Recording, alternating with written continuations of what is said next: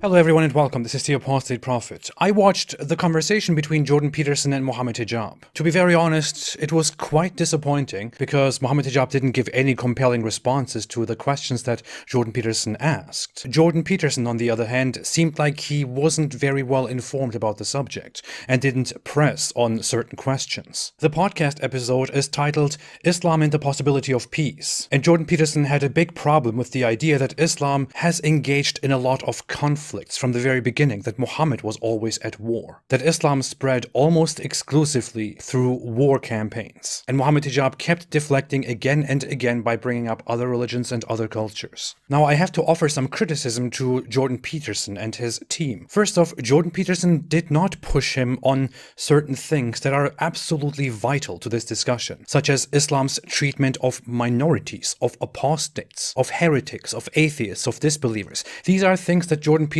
is somewhat informed about. He didn't ask him about Mohammed Hijab's very hostile behavior toward others, which he justifies due to Islam. And Jordan Peterson is aware of these things. But it looks like he simply doesn't want to go very far and doesn't want to create a conflict. He wants to build bridges and thereby give up on extremely important points that we need to talk about. Now, coming to the discussion between Mohammed Hijab and Jordan Peterson. The first 20 to 25 minutes were extremely dry. Jordan Peterson asked from the very beginning what makes Islam and its theology so unique, what makes it true. What is it in terms of practice and belief that are absolutely core, as far as you're concerned, to practicing the Islamic faith? Mohammed Hijab did not offer any satisfying response except going over very basic aspects of known theological arguments. We believe in God. It's impossible for something to come from nothing. It's impossible also for something to give rise to itself. Why do you think that the same argument that you put forward in relationship to the generation of the universe can't be put forward as an objection in relationship to God? You take the existence of God as given in some sense to begin with, then you provide your belief with a rational argument, but it wasn't derived from a rational argument. But even if this theism makes sense for Islam, this doesn't make Islam unique at all. Mohammed Hijab failed to give an answer on what exactly makes Islam special. He barely talked about the fact that Muhammad is essential and that you must absolutely submit to him and follow him in order to become a part of Islam. He gave very little knowledge about Islam's general background and theology. What's funny is that around the 23-minute mark, he talks about how Islam was meant for all humanity because all the prophets that came before, including Jesus, only came for their own people, but Muhammad came for all humanity. All of the other prophets came for their people and their time. Muhammad came for all people and all times. Well, that's certainly what Christians say about Christ. But in the Bible, you'll find some verses that are saying, I've only been sent for the lost sheep of Israel. That is rather funny because you could make the same objection by bringing up a lot of verses from the Quran in which it is said that Muhammad was merely sent as a warner,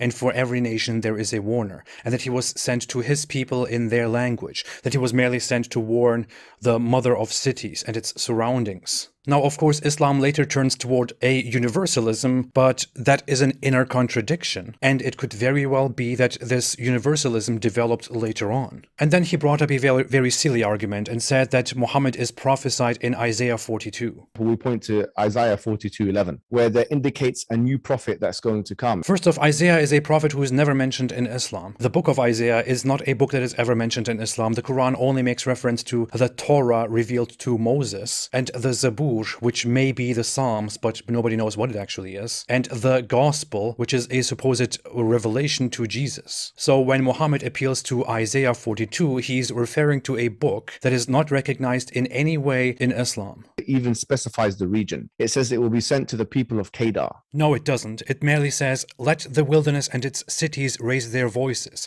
the settlements which Kedar inhabits. Let the inhabitants of Selah sing aloud. Let them shout for joy from the tops of the mountains. It nowhere talks about a prophet sent to Kedar. This is only Mohammed Hijab's very bad interpretation of the verses. Kedar was the son of Ishmael, or the Arabs. And in fact, the name of a mountain in Medina, which is present-day Saudi Arabia, is mentioned, which is the Mount of Selah. He makes references to the locations of Selah and Kedar in Isaiah 42. But just because the Kedarites are supposed to be Arabs who are far up there, because Arabs were a vast variety of tribes scattered all throughout the Middle East. And because Selah which is up here, also happens to share the name of a Salah that is down here, he makes this about Muhammad. Unfortunately, the prophecy in Isaiah 42 does not fit the description of Muhammad at all. It talks about a servant who will come and who will not stop until he has brought justice upon the entire world. That clearly did not happen with Muhammad. This has been debunked many, many times, including by me and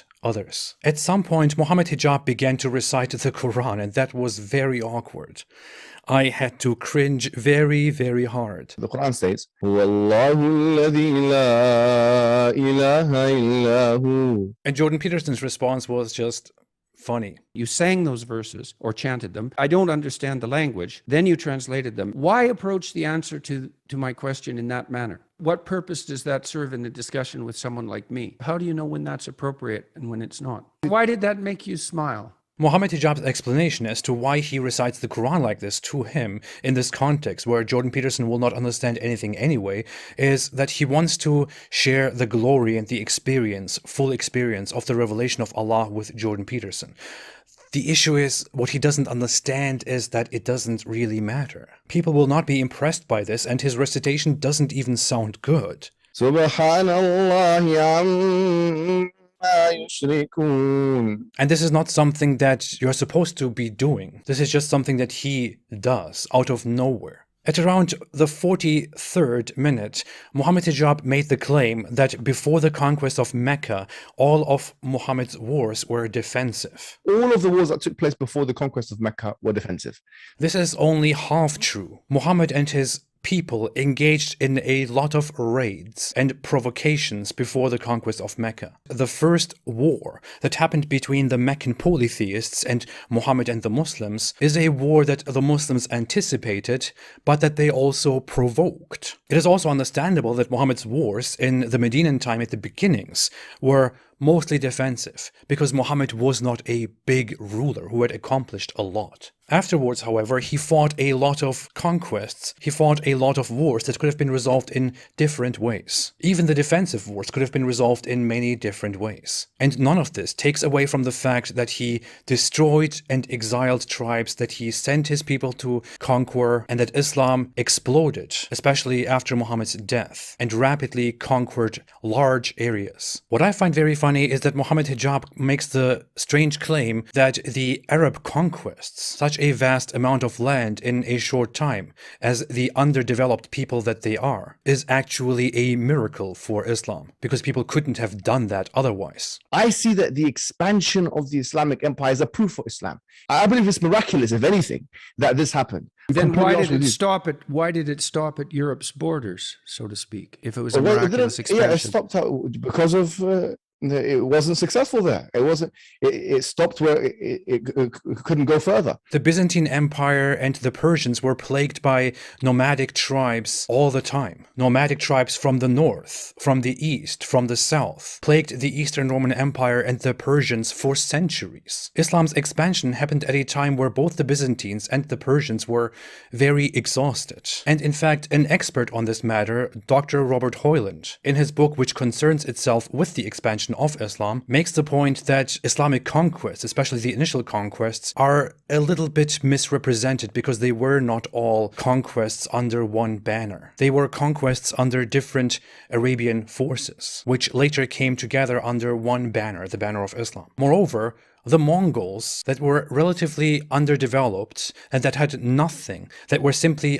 up there in the north in the steppes, also invaded the world and brought empires to their knees, including the Islamic empires. Before them, the Huns did the same thing. The Avars did similar conquests. Nomadic tribes and people conquering their way through advanced civilizations is not something that is unique to the Arabs. The difference with Islam is that Islam came with a newly established religion, and thereby the conquered places in the world were unified through a religion. At one point, Mohammed Hijab makes a very strange objection to Jordan Peterson's question when Dr. Peterson brings up the fact that Islam has been fractured in a bloody way from the very beginning, and that conflicts began very soon. Mohammed Hijab then says, yeah, but how many people died? It was almost immediately after Muhammad's death that this fracturing took place among the people that were closely allied with him. And it was a bloody fracturing. And it isn't But obvious that it's been how rectified. bloody was it? How bloody was it? We're Well, talking how about bloody does it have to be? The point is, Islam began with conflict, inner conflicts. At minute 49, he talks about a treaty, the Treaty of Hudaybiyah, between the Muslims and the Meccan polytheists. He praises this treaty as something great, and he also argues that the Meccan polytheists broke this treaty, while this is, when you look at it from the outside, a contested matter. What is known about this treaty, even according to Islamic sources, is that the Muslims went toward Mecca. The two sides made a treaty of 10 years of non-violence, and the next year, the Muslims could come to Mecca for a pilgrimage. But a year or two later, a tribe that was allied to the polytheist Meccans attacked another tribe that was allied to the Muslims. And the Muslims then recognized this as a breach of the treaty and marched toward Mecca, with this time a much larger army than the army of the Meccans. The Meccans even tried to uphold the treaty, but the Muslims went and conquered Mecca anyway. Then the discussion came to Jordan Peterson calling Muhammad a warlord in the past. And Jordan Peterson was tricked into acknowledging that this was maybe a mistake. And you objected to my use of the term warlord, and perhaps rightly so. Perhaps that was an injudicious comment. I was rather shocked when I was reading Islamic history when I encountered the degree of violence that surrounded these events. He did not make a mistake. Muhammad was a warlord. Muhammad Hijab, of course, has a problem with this word, with this term, with this assertion, because warlord has these negative implications. And he tries to say Muhammad was not a warlord because a warlord is somebody who relentlessly engages in wars for his own gain. If you look at the simple definitions of warlord, you will find that it is described for varieties of people based on the fact that they are aggressive military leaders who exert autonomy and authority over their people, and they fight and conquer left and right. Muhammad was, by these definitions, a warlord. Muhammad directly conquered left and right and imposed his own rule and destroyed temples and destroyed all kinds of idols and punished those who resisted the destructions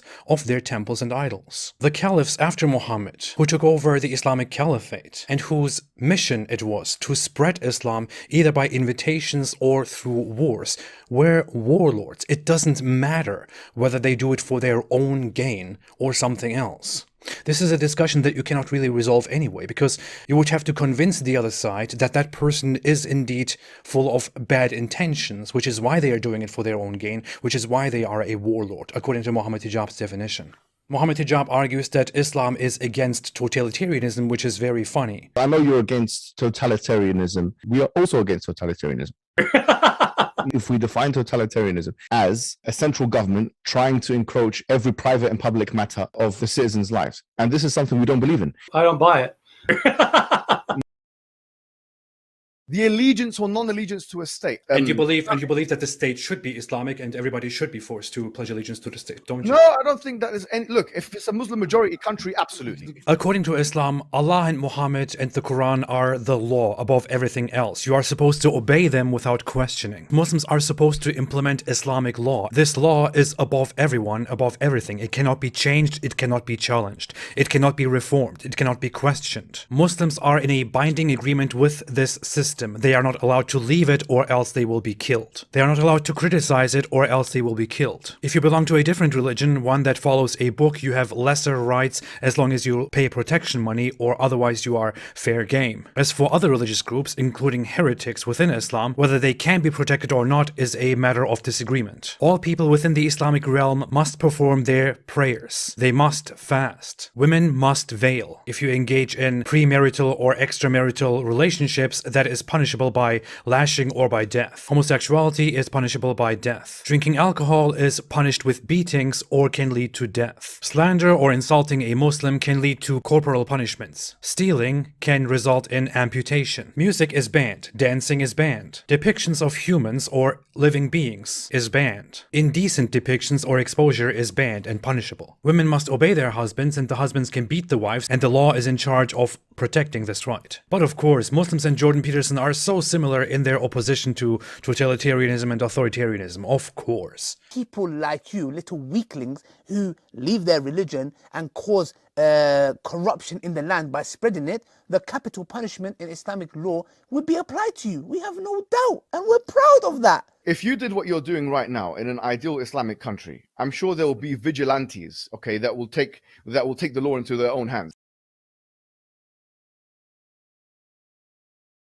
And here is where Mohammed Hijab became extremely deceptive. He argued that Islam has a solution and can bring peace, because under Islam, people can live freely in peace. And Islam establishes a contract with the people who live under Islam. He made a constitution with Jewish people, with other people who are not Muslim at the time, protecting their rights to worship whoever they wanted to worship. We believe in a kind of pluralism in this sense. Christians were given courts. He talked about how Islam establishes a contract with the Christians and Jews who live under Islam. What Mohammed Hijab did not mention is that Christians and Jews are not equal in their rights and freedoms to Muslims under an Islamic state. Yes, they may live under an Islamic state in return for protection money, the jizya, but their religious freedoms are curbed severely. Their religious places of worship have to be low-key. They cannot proselytize. They cannot be too loud. They have to wear identifiers. They cannot disrespect the Muslims. Non-Muslims cannot testify against Muslims. Killing a non-Muslim does not require blood money or retaliation, whereas killing a Muslim does. Converting to Christianity or Judaism is punishable by death, while converting to Islam from Judaism and Christianity is encouraged and rewarded. Of course, Mohammed Hijab would never mention these things. He also did not mention what happens to those outside of Christianity and Judaism, to the atheists, for example, or people who worship different idols and different gods, who have different temples. He did not mention how Muhammad sent his armies to destroy temples throughout Arabia, and how his armies even killed the people who would worship around those idols and temples, and that Muhammad praised them for that. Of course, if Mohammed Hijab had bluntly revealed all of these things to Jordan Peterson in this conversation, the conversation would have gone much differently. Mohammed Hijab knows that and deliberately sugarcoats his Islam for a Western audience. Jordan Peterson remarked that Muslim societies seem to be very behind when it comes to production. Comparatively speaking, per capita, the Muslim countries are not that productive economically. There are 4 out of 10 Muslim majority countries in the GDP per capita top 10. Brunei, Qatar, Kuwait, and Saudi Arabia. It's actually Qatar, Kuwait, Brunei, and United Arab Emirates, and that's no longer true, by the way. Only Qatar is now in the top 10. Jordan Peterson was quick to call him out on that and to remark that these countries are rich because of oil. Yeah, well, I'm not sure that I'm willing to grant the fact that most of that wealth is generated by oil. Outside of oil wealth. You have Brunei. Brunei is another country that's in the top 10.